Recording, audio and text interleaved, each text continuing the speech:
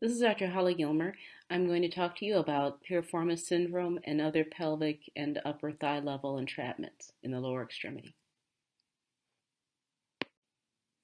In thinking about pain involving the anterior and lateral thigh, it's useful to consider the anatomy. Most laterally, we have lateral femoral cutaneous nerve arising from L23, traveling beneath the inguinal ligament to supply the anterolateral thigh. Impingement of this nerve is responsible for neuralgia paresthetica, which is one of the most common entrapments. Patients have pain as well as numbness in the pants pocket distribution, causing it to also be referred to as anesthesia dolorosa. More medially, the femoral nerve also traverses underneath the inguinal ligament to supply the medial thigh as the saphenous and anterior cutaneous nerves. Femoral nerve will, of course, be immediately adjacent to the femoral artery and vein. Entrapment of the nerve may be shown on MR neurography as a swollen, irritated nerve. In this operative exposure, we see lateral femoral cutaneous nerve encircled by the blue loop and also indicated by the green arrow. It has been neuralized just below the inguinal ligament, and you will find the lateral femoral cutaneous nerve about 1 to 2 centimeters medial to the anterior superior iliac spine, indicated by AS, and just below the inguinal ligament. It's important to neuralize the nerve completely as well as free any adhesions to the ligament prior to either dividing it or just decompressing it. The arrowhead indicates the ilioinguinal nerve, which, as we see, is just under the fascia and really traversing along with the inguinal ligament. So it's very easy to inadvertently cut it or damage it with a hernia repair or with an operation for lateral femoral cutaneous nerve, period. I prefer, instead of neurolysis, to apply traction to the nerve, coagulate it and divide it such that the proximal stump will slide back into the pelvis, and then resect a length of the nerve so that it can't scar back together or get entrapped in the wound closure. If it is necessary to partially divide the inguinal ligament in order to completely free the lateral femoral cutaneous nerve, then it's important to repair the inguinal ligament so the patient doesn't get a hernia. The obturator nerve descends posterior to the psoas muscle, exits the obturator foramen, and then passes beneath the inguinal ligament, just medial to the femoral artery and vein. Entrapments of the femoral nerve can be found anywhere along this course. We commonly see entrapment of the obturator nerve in athletes, patients describe pain and fatigue as well as adductor muscle spasm with activity. Injection of the obturator internus muscle can help distinguish entrapments that are more proximal from more distal entrapments. An MR neurography may also be helpful in determining where the nerve is irritated or swollen. The nerve can then be decompressed where it's entrapped. In thinking about pain involving the posterior thigh and leg, usually radiating down to the foot, usually sciatic nerve or posterior femoral cutaneous nerve are involved. Frequently, the sciatic nerve is injured, and there may be adhesions to any of the elements, including the hamstrings muscles, along its course. The sciatic nerve may be entrapped high at the level of quadratus femoris or at the level of the piriformis muscle, or more distally along its course. If the posterior femoral cutaneous nerve is primarily involved. Patients describe pain around the heel, under the sole of the foot, and under the heel. If there is weakness or pain further proximally, then likely this is a sciatic nerve primary problem with some involvement of posterior femoral cutaneous nerve. This drawing shows the relationship of the sciatic nerve and posterior femoral cutaneous nerve to the bony landmarks as well as the piriformis muscle. The pudendal nerve is shown as well, and this may account for pain more medially involving the groin as well as the sacrospinous and sacrotuberous ligaments, which may have involvement in pain. This more detailed view shows all of the nerves that may contribute to pain emanating from the posterior pelvis and upper thigh. The sciatic nerve may be actually split around the piriformis muscle in a variety of ways, which I will show later. Superior gluteal nerve can cause more buttock pain, inferior gluteal nerve also, and then pudendal nerve more medially. So when we're examining a patient for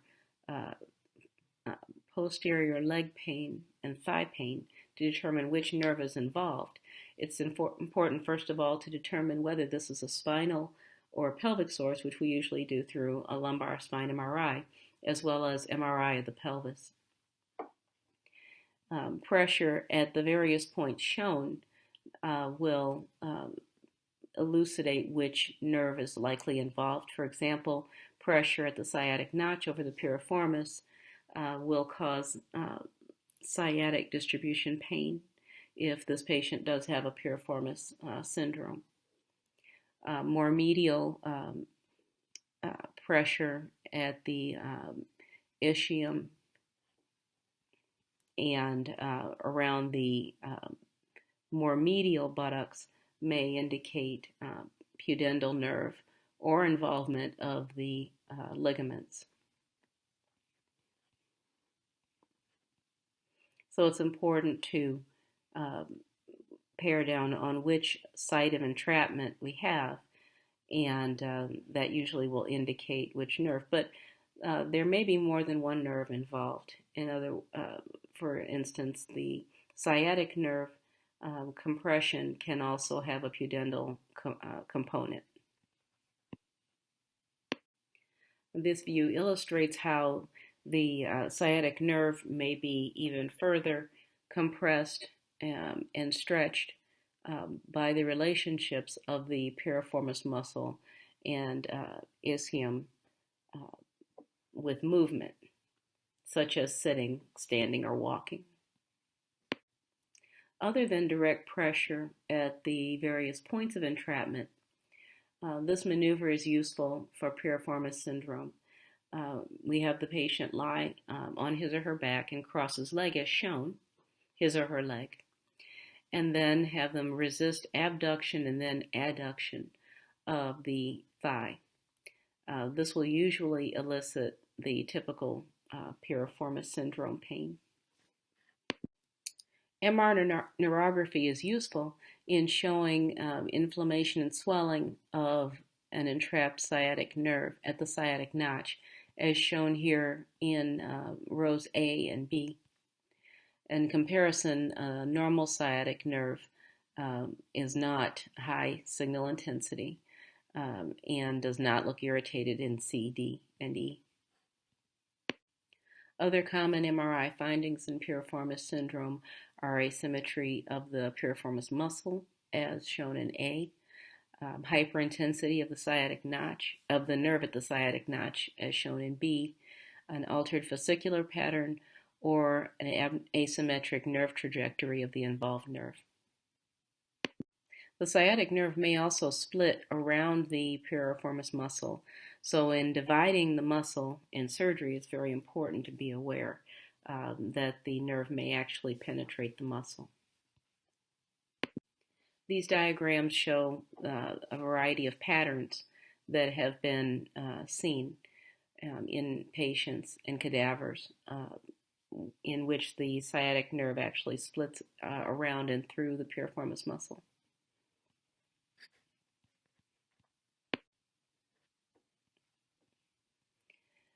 So MRI is useful in showing us the anatomy if we want to inject the piriformis muscle. And frequently, patients will get some degree of pain relief with injection of the muscle if they do have piriformis syndrome. So this is a useful diagnostic maneuver.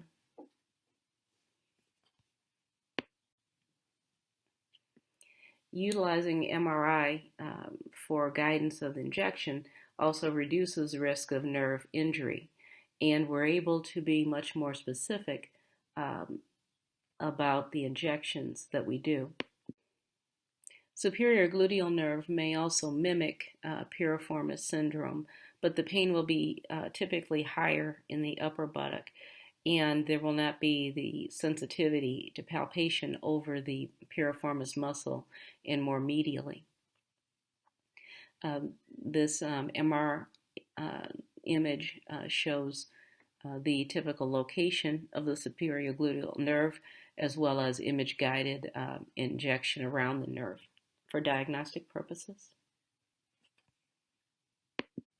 We perform decompression for piriformis syndrome through a small gluteal incision, about 3 centimeters wide, as shown. And this is based on relation to the greater trochanter of the femur. When the incision is in line, that really leads us directly down to the piriformis muscle, and with finger dissection, the sciatic nerve. Alternately, the traditional surgical incision may be done, which is lateral around the buttocks and into the gluteal crease. The gluteus maximus muscle is divided laterally and reflected medially, and then dissection carried down to the piriformis muscle as shown, exposing the sciatic nerve. In this example, the sciatic nerve does split around the piriformis muscle.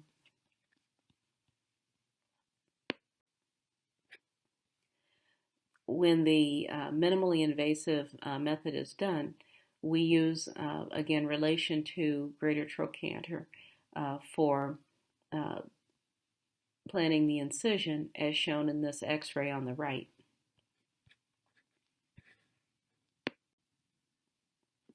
We then utilize the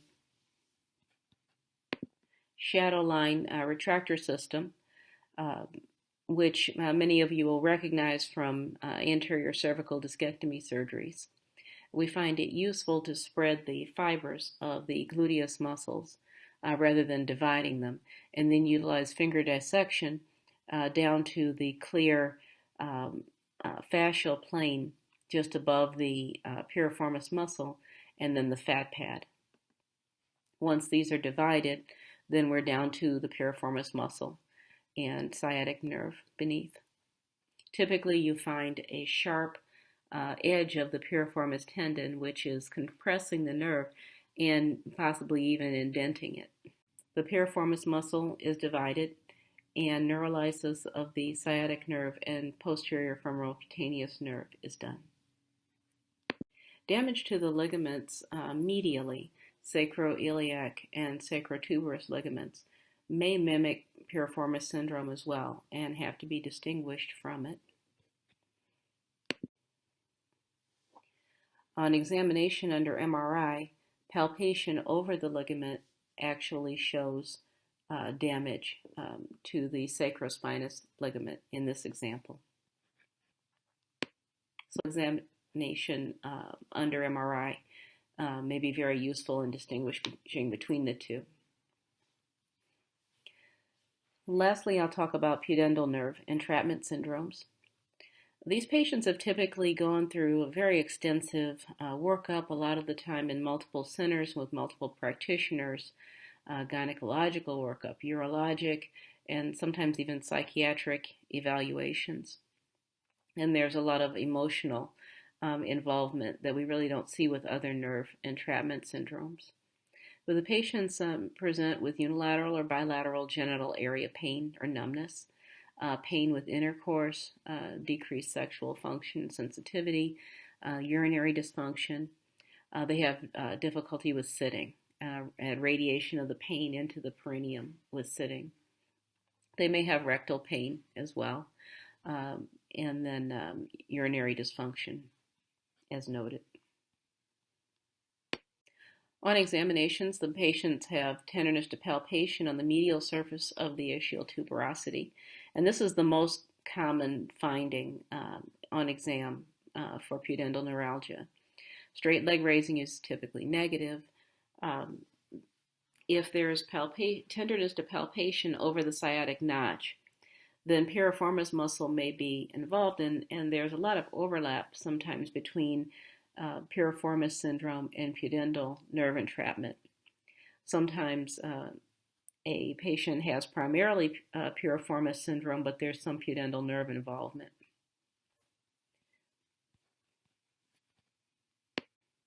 MR neurography here shows irritation and swelling of the left pudendal nerve very nicely, just distal to the ischial spine. In this image, the signal change is seen involving the pudendal nerve in Alcock's canal.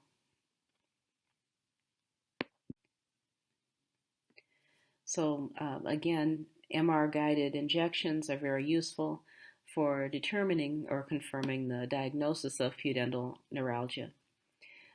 All of the sites indicate sites where injection may determine not only that it is pudendal nerve, but where it's entrapped.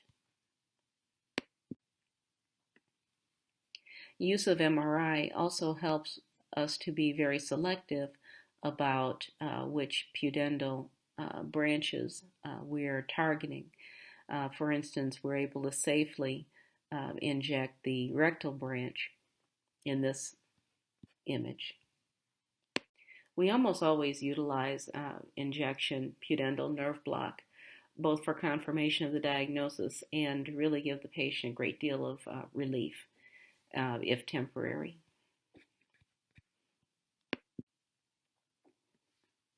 If the patient does get good relief with injection, then we proceed to neuroplasty of the nerve, neurolysis of the nerve to obturator internus, as well as the distal pudendal nerve in the Alcock canal. And about 80% of patients have complete relief of symptoms with this. If the primary problem is piriformis syndrome with pudendal nerve involvement, then we section the piriformis muscle as well. Total or partial section of the sacrospinous and sacrotuberous ligaments has been done, but it has very low reported success rate. It may help with some very well-selected patients. So here we review our minimally invasive approaches to decompression of the nerves most commonly involved with pelvic and posterior thigh pain syndromes. Superior transgluteal approach on the right is useful for section of the piriformis muscle for piriformis syndrome. Inferior transgluteal approach for posterior femoral cutaneous and inferior cluneal branches. Medial transgluteal for ischial spine and neuroplasty of the pudendal nerve and Alcock canal. And then on the right, inferior paramedian approach for distal Alcock canal. We feel that all of these approaches give excellent exposure and are safe and help to avoid the morbidity that can be associated with very large exposures of these nerves. Thank you.